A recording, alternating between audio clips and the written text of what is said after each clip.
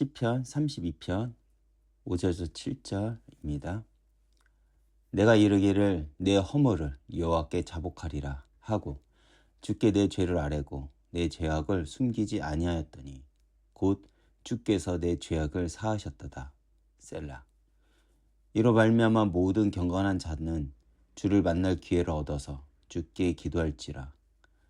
진실로 홍수가 범람할지라도 그에게 미치지 못하리니 주는 나의 은신처이오시니 환난에서 나를 보호하시고 구원의 노래로 나를 두르시이다.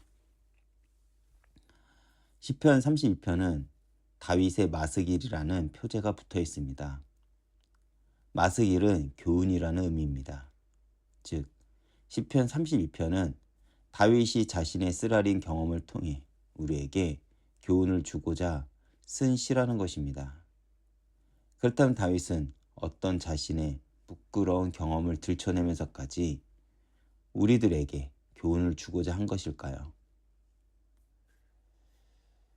이 시편은 다윗의 밧세바 사건 이후 회복돼 다윗이 사람들에게 제발 저와 같은 어리석은 행동을 하지 말길 바라지만 그럼에도 만약 죄를 짓는다면 이렇게 하라는 반면교사의 교훈이 담긴 시입니다.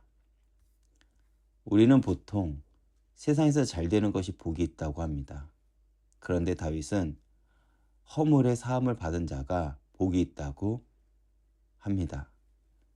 죄 용서 받은 사람이 세상에서 가장 복 있는 사람이라는 것이죠. 여기서 허물이라는 말은 단순히 실수가 아닙니다. 히브리어로 반역, 배신이라는 의미가 있습니다. 즉 하나님을 하나님으로 인정하지 않는 것, 하나님을 거역하는 것이 허물이라는 것입니다. 그렇다면 왜 허물을 사함받은 것이 복이라고 하는 것일까요? 우리는 그 죄로 인해 하나님과의 관계가 끊어졌기 때문입니다. 다시 하나님과의 관계를 회복하기 위해서는 그 허물을 사함받은 자가 복이 있다고 말을 하는 것입니다. 그렇기에 예수님께서도 십자가에서 가장 먼저 하신 말씀이 무엇입니까? 아버지여 저들을 사하여 주시옵소서입니다. 즉 우리 인간에게 가장 필요한 것이 죄의 사함이라는 것을 십자가에서 보여주신 것입니다. 마음이 간삼이 없다는 노래는 위선을 벗어던지고 진실하게 고백하고 있다는 것을 의미합니다. 즉 자신의 잘못을 다윗은 솔직하게 인정하고 감추지 않는 자였다는 것이죠. 다시 말해 진실한 회개를 한 자만이 주님의 용서와 복을 받을 수 있다는 것입니다. 그런데 다윗은 처음부터 이런 고백을 한 것이 아닙니다. 3절과 4절을 보면 다윗이 죄를 숨겼을 때의 고통을 이야기합니다. 그것이 무엇입니까? 먼저는 종일 신음했다고 합니다. 양심의 가책 때문에 마음의 평안이 없었던 것입니다. 그리고 두 번째로는 뼈가 쇠했다고 합니다. 이는 정신적일 뿐만 아니라 육체적 고통까지 나타난 것입니다. 세 번째로 다윗은 주의 손이 주야로 자신을 눌렀다고 고백을 합니다.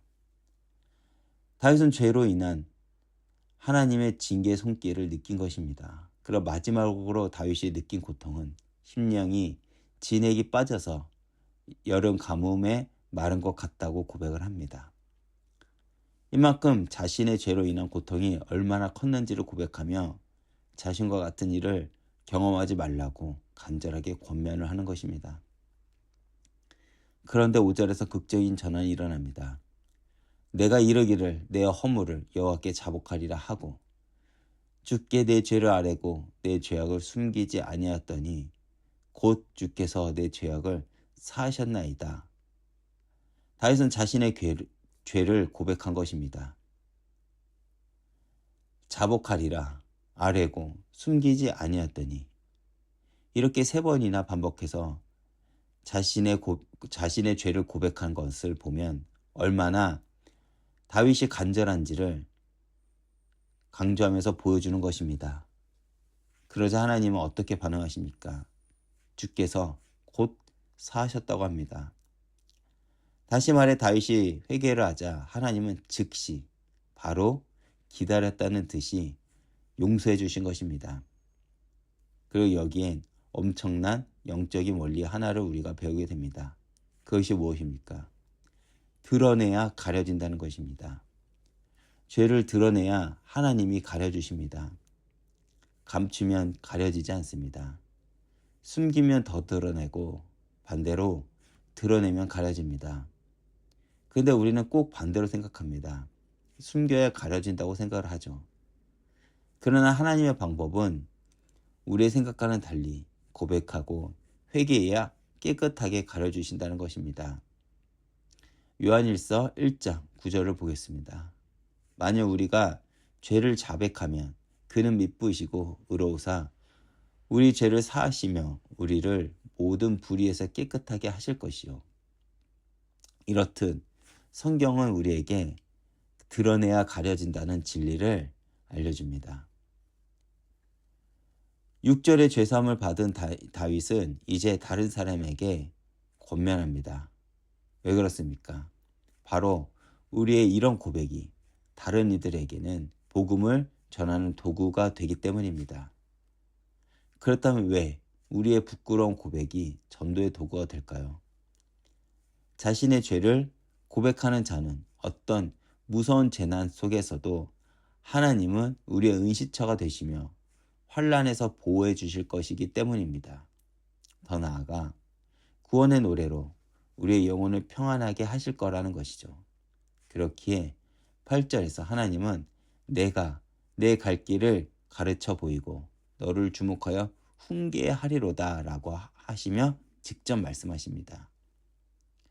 용서받은 자에게는 새로운 인도가 있습니다. 하나님께서 친히 길을 가르쳐 주시고 주목하여 훈계해 주신다는 것입니다. 그렇게 우리는 하나님 말씀에 강제로가 아닌 사랑으로 순종을 할 수 있는 것입니다. 악인에게는 슬픔이 있지만 여호와를 신뢰하는 자에게는 인자하심이 둘러쌉니다.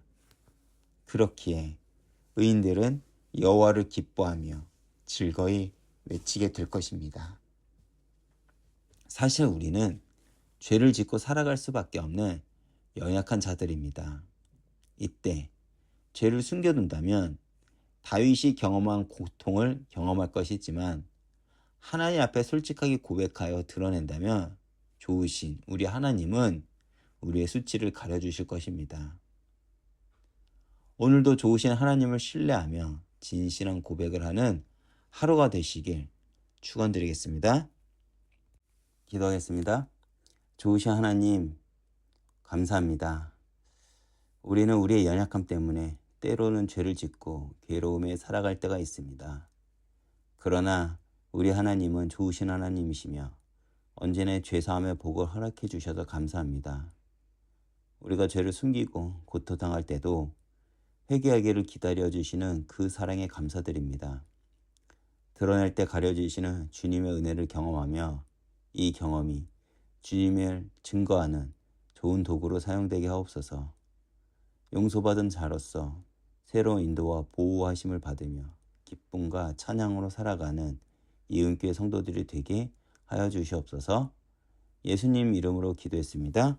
아멘.